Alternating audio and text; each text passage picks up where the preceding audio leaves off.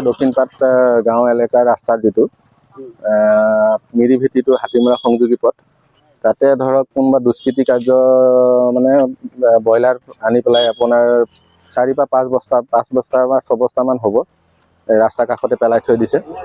এতিয়া বৰ্তমান গোন্ধ উঠিবলৈ আৰম্ভ কৰিছে। গতিকে এইটো ধৰক যোনে কৰিছে সেইটো বৰ ঘৃণনীয় কাৰ্য কৰিছে। গতিকে তেওঁলোকে কোনোবাই যদি ব্যৱসায় কৰিছে, ব্যৱসায় কৰাত কাৰো কোনো আপত্তি নাই, কিন্তু তেওঁলোকে ব্যৱসায় কৰাৰ পিছত সেই দুষ্কৃতি কাৰ্য কৰিবলৈ এইবিলাক বেয়া বস্তুখিনি, মৰা বস্তুখিনি ৰাস্তাৰ কাষত পেলাই থোৱাটোৱে একেবাৰে ঘৃণনীয় কাৰ্য।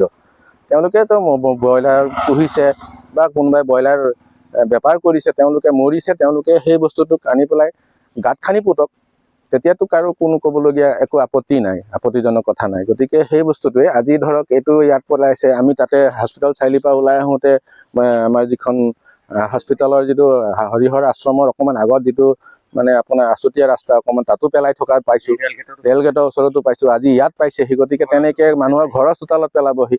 গতিকে সেই বস্তুটোৰ ওপৰত তদন্ত কৰক, যাতে আমি ইয়াতে 5 বস্তা মুখ বান্ধি থোৱা বস্তা আছে, 6 বস্তা 500 পিচ হ'ব লাগে। দুৰ্গন্ধ থাকিব পৰা নাই। গতিকে ইয়াতে অহা যোৱা কৰা মানুহে অশান্তি পাই আছে।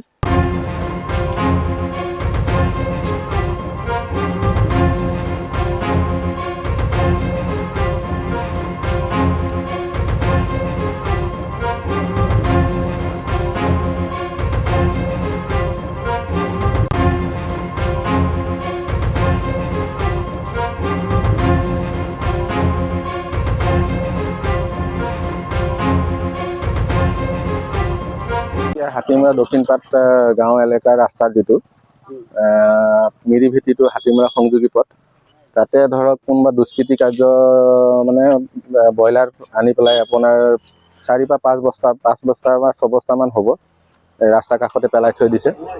এতিয়া বৰ্তমান গোন্ধ উঠিবলৈ আৰম্ভ কৰিছে। গতিকে এইটো ধৰক যোনে কৰিছে সেইটো বৰ ঘৃণনীয় কাৰ্য কৰিছে। গতিকে তেওঁলোকে কোনোবাই যদি ব্যৱসায় কৰিছে, ব্যৱসায় কৰাত কাৰো কোনো আপত্তি নাই, কিন্তু তেওঁলোকে ব্যৱসায় কৰাৰ পিছত সেই দুষ্কৃতি কাৰ্য কৰিবলৈ এইবিলাক বেয়া বস্তুখিনি, মৰা বস্তুখিনি ৰাস্তাৰ কাষত পেলাই থোৱাটোৱে একেবাৰে ঘৃণনীয় কাৰ্য।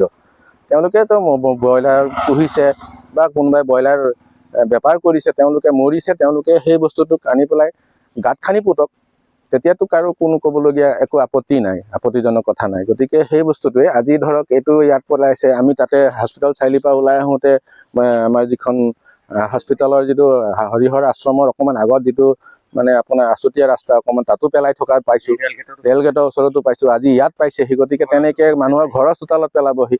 গতিকে সেই বস্তুটোৰ ওপৰত তদন্ত কৰক, যাতে আমি ইয়াতে 5 বস্তা মুখ বান্ধি থোৱা বস্তা আছে, 6 বস্তা 500 পিচ হ'ব লাগে। দুৰ্গন্ধ থাকিব পৰা নাই। গতিকে ইয়াতে অহা যোৱা কৰা মানুহে অশান্তি পাই আছে।